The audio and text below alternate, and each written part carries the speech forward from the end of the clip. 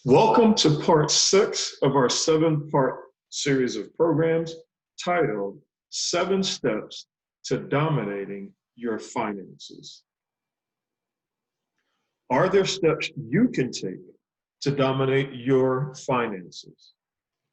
Well, yes, there is. There are 7 steps you can take to dominate your finances. And just like that gentleman constructed a system where he could reach his goal and he climbed the stairs, you can do the same thing. It's going to take some time to do it, and you're going to have to learn about finances, but you can dominate your finances. The first of the 7 steps is to seek first the kingdom of God. And if you haven't been with us in previous programs, please go back and look at program number 1 in this series. Also, you can look at program number 2 that had to deal with our second step, which is working hard. Go back and look at our previous program, part 3. So step 3 is create a business plan. You can do the same thing for part 4. That is give tithes and offerings to the Creator. We also have a video covering step 5, which is give tithes to yourself for the 7 annual appointments with God. Today, we're going to be covering point 6, which is fund your emergency, savings, and retirement accounts. And then in our final program, we will be covering step 7, which is pay your bills. Now, the beauty of God's divine design in building this plan, this 7-step plan, that will lead you to dominate your finances in a godly manner is this. Here's the beauty of God's design. Point number 1 deals with your thoughts and emotions. What does it mean to seek first the kingdom of God? And how should I feel about that? Point number 2 says, after you've got that figured out, you got to work hard to actually make some money so you can dominate your finances. Then point number 3 is to create a business plan for how you're actually going to use those finances. And then when you get to point number 4, this is an example. The first thing you want to do in terms of the use of your money. So your business plan should follow steps 4, 5, 6, and 7. The first step in your business plan, which is actually step 4 in our 7 steps to achieving dominance over your finances, is to give tithes and offerings to the Creator. The tithes will be 10% of your gross income. Suggested for offerings will be 5% of your gross income. Point number 5, which is actually the second step in your business plan, should be to give tithes to yourself for the 7 annual appointments with God. Now, when you take those 3 percentages together, 10% for tithes to God, plus 5% offerings that should be given to the church for use in helping people, and then giving tithes to yourself, which is 10%, that's a total of 25% of your gross income. So say, for instance, that you bring home $10,000 per month. Well, 25% of that is obviously $2,500. So what you're talking about, you still have 75% left over, which is $7,500 per month. And in point 6, where it says fund your emergency, savings, and retirement accounts, here's another 25%, which would obviously be another $2,500. So now you're talking about a total of $7,500. And then, and actually that would be, $5,000, a total of $5,000. And then when you get to step 7, paying 50%, that would be another $5,000. So the $5,000 from step 7, along with the total of 50% from steps 4, 5, and 6. That's the 100% of your monthly salary. And in this case, we're using $10,000 as your gross income for a month. Now, for the funding, your emergency savings and retirement accounts. That's what we're going to get in now. You see the percentage for emergency, suggested 5%, savings, 10%, and then your retirement account, 10%. It's totally up to you how you want to do that. But let's start. And we're going to start with the emergency. So fund your emergency, your savings and retirement accounts in that order. We have a scripture here that you see, Proverbs chapter 27 and verse 12.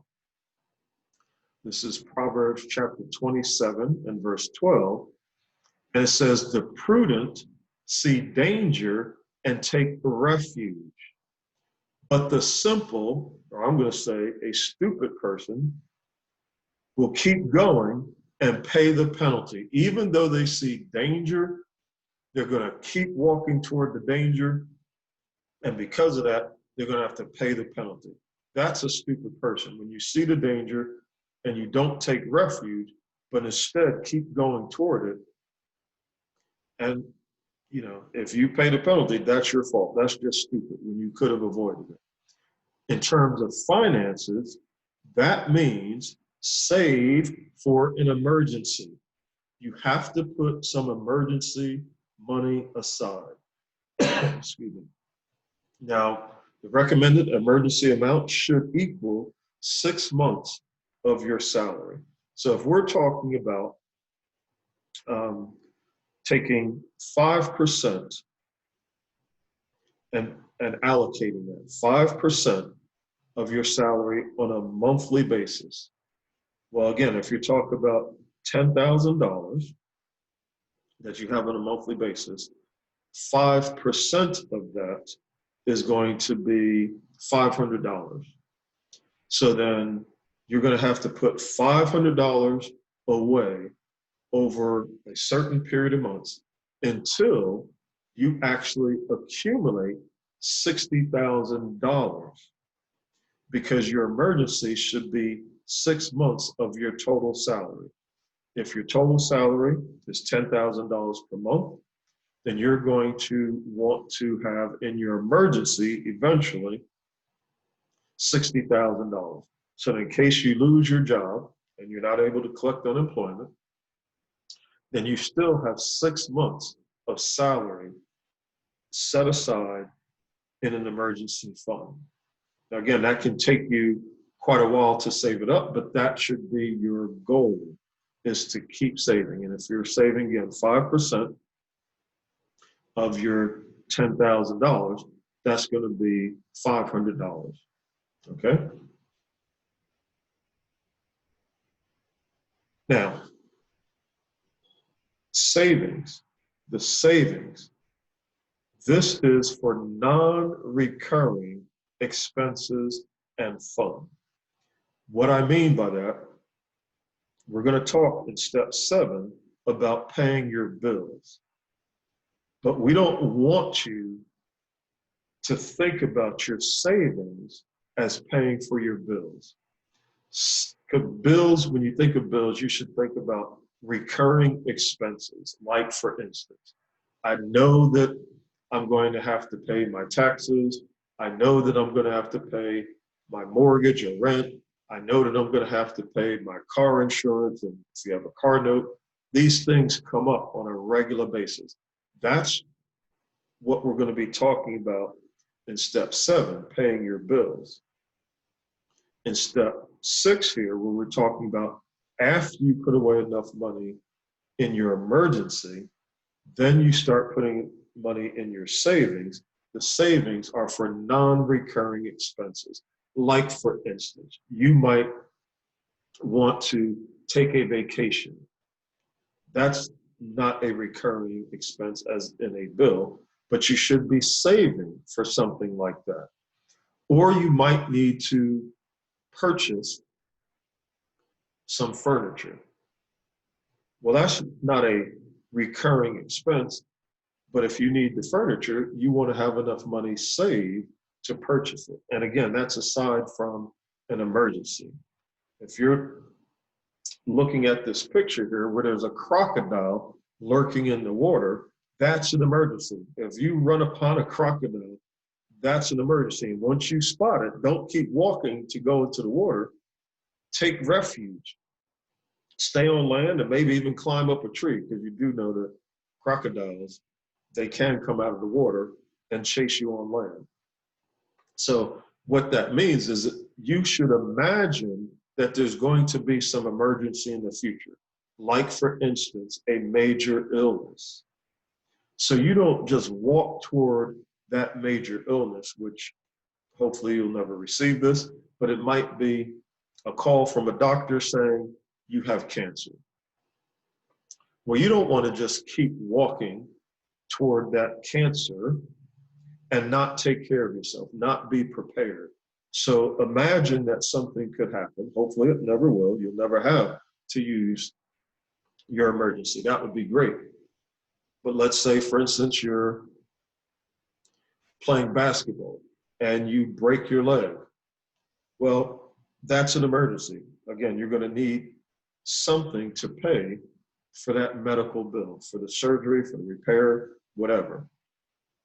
So look ahead into your future and just know that it's a possibility that there could be an emergency. And it could be an emergency of one of your loved ones. But make sure you have some emergency money set aside, and then make sure you have savings so that you can have fun as well as pay for non-recurring expenses. Like maybe you need a new TV at some point. Or again, maybe you want to take a vacation somewhere. That's what you would use your savings for. Now, there's a scripture pertaining to your savings as well. After you've worked hard, it's okay to play hard. So have some fun in life. Proverbs chapter 6, verse 6 through 8. Proverbs chapter 6, verses 6 through 8 says, "Go to the ant, O sluggard, observe her ways and be wise, which having no chief, no officer or ruler, yet prepares her food in the summer and gathers her provision in the harvest." What this is saying, if you've ever observed ants, you see how diligent they are. They're not sluggards. They don't just sit in a cot and swing back and forth on the breeze. What they do is they work hard. They work very hard to gather food in the summer so they have things to eat, to gather provisions in the harvest time, making sure they have something to eat, making sure that even in the winter time, when they're not gathering, that they have stuff to eat. So this is talking about fun as an example. Make sure that you're saving up, work hard like the ants do, but you work hard so that you can also play hard. Make sure you can eat, for instance, go out to a nice fancy restaurant from time to time. Again, take a nice vacation. You deserve it. You've worked hard, so play hard. Have some fun in life. Now, the ants teach lessons of patient industry, that's the working hard, of perseverance. They stay at it, even if they have obstacles. They know how to surmount them. And you see these two ants that are on a leaf that's probably 8 times bigger than they are, but together they work to pull that leaf to wherever they need. They work to cut it up first and then pull it. So don't let any obstacles stop you from getting to your goal. Also, what they do, as I mentioned, is they provide for the future. So now we're going to be talking about your retirement. But in this example, I'm also saying that save 10% of your monthly salary. And this is aside from the emergency. You might save 5% for emergency, but take another 10% and put it towards savings. These are the things, again, non-recurring expenses like a TV, fun kind of stuff like a vacation. Put away 10%. So if your salary is $10,000 per month, Put aside $1,000 per month for savings. Well, what about retirement? Same thing, suggested amount, 10% for your retirement. Just off the top, put away 10%, another $1,000. That's for retirement. That's not for living for today. That's not, for buying a new TV. That's not for a vacation, at least not, this year or next year. You're talking about saving for retirement. When you stop working and you don't have any more income, you want to make sure that you can maintain your current lifestyle. There's not this big drop off and then you get depressed and all that kind of stuff. So make sure that you're also putting money aside for your retirement years, your golden years, as people say. Now, it's really striking how little people have invested for retirement. And here's an article by a guy named Tim Parker. And this title of the article is The Average Retirement Savings by Age. The average retirement savings by age is an article by Tim Parker. It was updated on February 1st of 2019. So this is as of February 1st, 2019. Let's look at what people in various age groups have saved for retirement and how it stacks up to what the experts recommend. That's from his article. And let me tell you, it's not a pretty picture. That's my statement. So 20-somethings, according to his article, the research that he's done, for 20-somethings, investment management firm Fidelity recommends that people put aside at least 15% of their pre-tax income a year for retirement and make sure they save enough to get the full benefit of their company's matching contribution if one is offered. Don't turn away free money. Now, another tip is have this money taken directly out of your paycheck, direct deposited into your brokerage account, into your retirement account. Like, for instance, if you're working for a nonprofit, it would be a 403B. If you're working for a for-profit, it'd be a 401k. Just have this money automatically deducted from your paycheck and automatically deposited into your brokerage account. That way you don't see the money and you're not tempted to take it. That's the same thing for your savings and for your emergency. So that could be as much as, again, 25% of your salary just off the top. Have it put into 3 separate accounts: an emergency, savings, and retirement account. Now, continuing on in the article, the average 20-something has an estimated median amount of $16,000 socked away. You should have about half of your annual salary saved as a nest egg at age 29. With an average annual salary of $30,000, for example, 20-somethings are the only age group meeting the recommended threshold. So when people are in their 20s, they might start out job paying $30,000. And throughout their 30s, of course, you hope that their salary, throughout their 20s, you hope that their $30,000 salary increases. And that would be obviously a good thing. So now when you get to 30-somethings, the average 30-something has an estimated median amount of $45,000 saved. You should have about the equivalent of your annual salary saved as a nest egg at age 30, and then twice your salary at age 35, and 3 times your salary by the time you exit your 30s. So for example, by the time people reach their 30s, maybe their salary has reached $40,000. And again, you hope that that increases throughout your 30s. But let's just use this example for an annual salary of $40,000. So at age 30, $40,000 times 1 should mean that when you're 30 years old, you should have $40,000 saved up. because as it is saying in this article, you should have about the equivalent of your annual salary saved as a nest egg at age 30. So at age 30, if you're making $40,000 per year, then you should have $40,000 saved up when you're 30.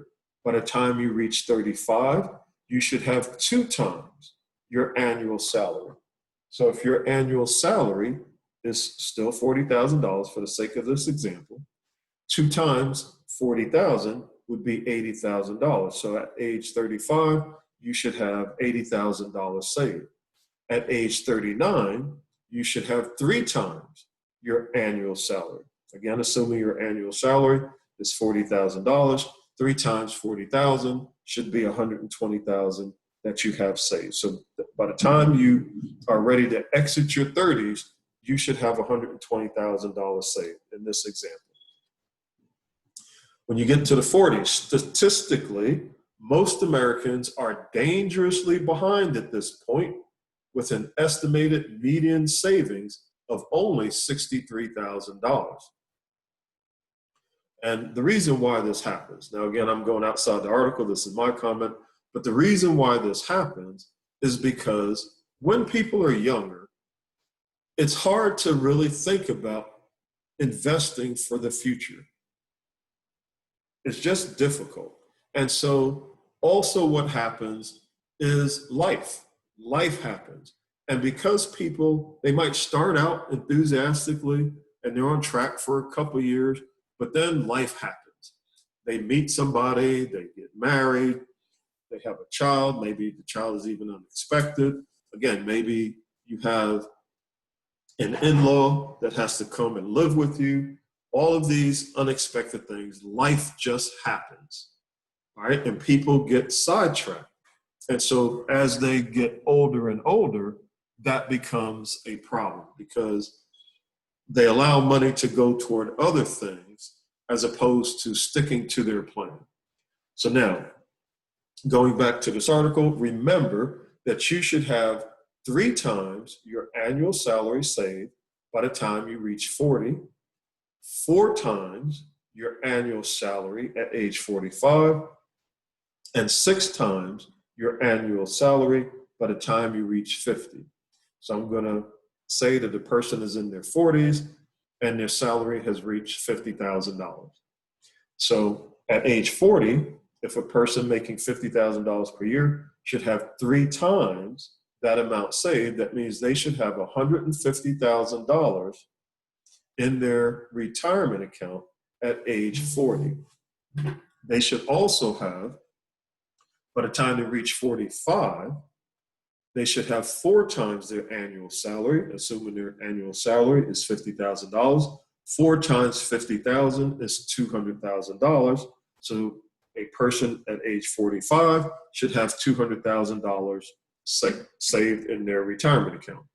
At age 49, it should be 6 times their annual salary. If the annual salary is $50,000, 6 times 50,000 is $300,000. So by the time a person is 49, they should have $300,000 in their retirement account. Now let's go on to the 50-somethings. And as we're going through this, you pause the video and think about your own situation and see if you are at least doing what is recommended. Hopefully you're doing even better. Now, by the time people are in their 50s, 50-somethings, the estimated median savings of 50-somethings is only about $117,000. As you can see, that's pretty pitiful. This is far shy of the desirable 6 to 8 times annual income that Fidelity recommends. As an example, someone in their 50s, if they're making $60,000 per year, when they're age 50, they should have 6 times their annual salary. 6 times 60,000 is $360,000. So a person at age 50 should have $360,000 in their retirement account. At age 55, a person should have 7 times their annual salary. 7 times 60,000 is $420,000. At age 59, a person should have 8 times their annual salary. 8 times 60,000 is $480,000. So as you can see, by the time a person is at age 59 and they're about to enter their 60s, they should have 480,000, where according to this article, people in their 50s only have about 117,000. That is far short of 480,000. Now we get to the 60-somethings. This is typically the decade when you begin to reap the rewards of decades of investing. By the time you reach 60, you should have 8 times your annual salary saved, according to Fidelity, while those who are 67 should have 10 times their salary saved. As an example, if a person is 60 years old and their salary is $70,000. If a person at age 60 should have 8 times their annual salary saved in their retirement account, if their annual salary is $70,000, then $70,000 times 8 equals $560,000. If a person at age 65 should have 9 times their annual salary, then 9 times $70,000 is $630,000. At age 67, which is considered full retirement age, a person should have 10 times their annual salary. If their annual salary is $70,000, then 10 times 70,000 is $700,000. At the full retirement age of 67 years old, and when we say full retirement age, that's when you can collect your full Social Security, 100% of your Social Security at age 67. The recommendation is that a person at age 67 should have $700,000 saved, assuming they have a $70,000 per year salary. So again, to just recap, 60-somethings should have between $560,000 to $700,000 saved. When they get to 67, it should be that $700,000. Unfortunately, Transamerica reports the estimated median savings for 60-somethings is $172,000. Wow, that's a long way from even $560,000, not to mention $700,000. Now, this $172,000 that's in the retirement account, this equates to a measly $425 per month payment if invested in an inflation-protected annuity. So the assumption here is you're withdrawing about 4% of this $172,000, 4%. And that is only going to net you $425 on a monthly basis. That is pitiful. And this is 4% per year. We're talking about if you withdraw 4% per year from $172,000, it's going to net you about $425 per month. That's really pitiful. Now, at 60-somethings, this is also the decade you can start receiving Social Security benefits. Most seniors find this to be a significant source of monthly income. The average monthly benefit for a retired worker in 2018 is $1,413 per month. When Social Security income, which we just mentioned is $1,413 per month, is added to retirement income, which we previously said was $425, it comes out to approximately $1,840 per month, which is only a measly $22,000 per year. That is pitiful. But if that's all you have, that's all you have. This program here, and another program I'm going to tell you about, is designed to help you to avoid this. So If you can follow these 7 steps to dominating your finances, you should be much better off than this. So this $22,000 per year, that's not exactly a pot of gold. But if you do want a pot of gold, then stay tuned. Now, in Proverbs chapter 13 and verse 22, Proverbs chapter 13 and verse 22, there it reads, a good person, meaning a person that has followed this good, godly 7-step plan to dominating your finances. So a person who's done a good job, a person who has a good heart, a good person leaves an inheritance to their children's children.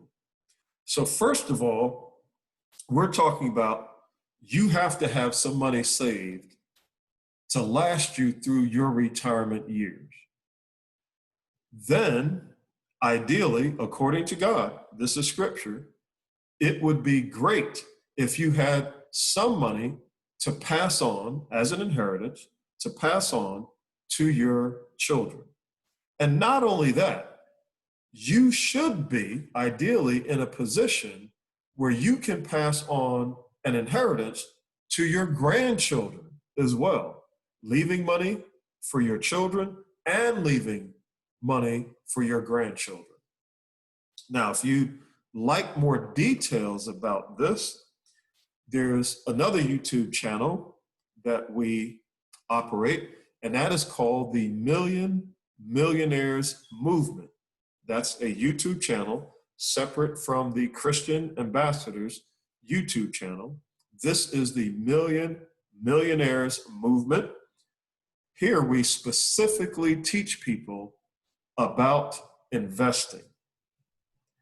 Now, you can go there to YouTube in double quotes, type in the search bar, Million Millionaires Movement, and you'll see a video like you see here. Your Money is Your Business, Part 1. We have a series of programs, and these programs teach you specifically about how to invest your money so that you can have this pot of gold by the time you retire, enough to pass on to your children and your children's children. Now, I'm going to give you just one quick example about this. Here's a screenshot from this presentation that you'll find on the Million Millionaires Movement YouTube channel. The title of one of the programs is Your Money is Your Business. And this is from Part 1. As you see here, it says, the earlier you start, the less you'll have to invest in order to become a millionaire. So as an example, let's say that the person wants to become a millionaire at the time when they're 50 years old. Let's say that. Well, in this first example, the principal amount that we're talking about is 0. And we're going to assume that a person at this point is 20 years old. The person is 20 years old. They want to become a millionaire by the time they're 50. They don't have anything saved up yet, so that principal amount is 0. But they have determined that they're going to set aside, invest $100 per month. They're going to do it for 360 months, which is 30 years. And they're going to attempt to get, on average, an annual interest rate increase off of their investment of 17%. Well, after 30 years of putting in $100 per month, they will have put in only $36,000. Their interest that they would have gained on their investment would be $1,089,766. And the maturity value, when you add the principal plus the interest, the growth of their investment, when you add those two together, at age 50, this person would have accumulated $1,125,766. Now you go to the middle chart, Let's say that a person wants to retire at age 50, but they waited 10 years and now they're 30 years old. So they only have 20 years. Well, again, they're starting when they're 30. They have zero as principal, nothing invested yet, but they determine that they're going to invest $500 per month for the next 240 months, which is 20 years. They're going to strive to get an average annual interest rate of 17% off their investments. So they will have to put in $120,000. The interest that they would accrue off of their investment is $891,458, and they will reach the millionaire status. They will accumulate $1,011,458. So that's great. Both people made it. But what do you notice here? What you notice is, though both became millionaires by the time they were 50, the one who started at 30 had to put away $120,000, where the one who started at age 20 only had to put away $36,000. So the earlier you start, the less you'll have to invest in order to become a millionaire. Now let's look at the third example, the one on the far right. A person says, I want to retire when I'm age 50, but maybe they didn't start until they were, let's say, age 33. So they waited 3 years later than the person who was 30. Well, this person has zero amount when they're 33 years old. They put in $1,000 per month for a period of 204 months, which is 17 years. So they're 33. They're going to invest for 17 years until they get to 50. And they're going to hope to get an average increase on their investment of 17%. Well, notice this. The person at 33 years old, even though it's only 3 years later than the person who is 30, even though it's only 3 years later, the person who is 33 will have to put in $204,000 in order to become a millionaire, where the person who started at 30 only had to put in 120. So the person who waited just 3 more years has to put in twice the amount of money as the person who started 3 years earlier. Now, the person at age 33 that puts away $1,000 per month, they put away a total of $204,000. The interest that they would accrue is $986,661. So at the end, when they're 50 years old, they will have achieved the millionaire status. Their maturity value will be $1,190,661. So all three became millionaires by the time they were 50. But as you can see, the one who started at 20 only had to put in $36,000. The one that started at age 30 only had to put in $120,000. And the one who started at age 33 had to put in $204,000. So obviously the advice is to start early. Start early. And it's never too late though. Okay, so thanks for watching this program. This program was sponsored by Christian Ambassadors. Please watch the next program in the series titled Pay Your Bills. And this will be our final step, the 7th step, in our 7 steps that we've been covering in teaching you how to dominate your finances. Again, thank you for joining me in this program.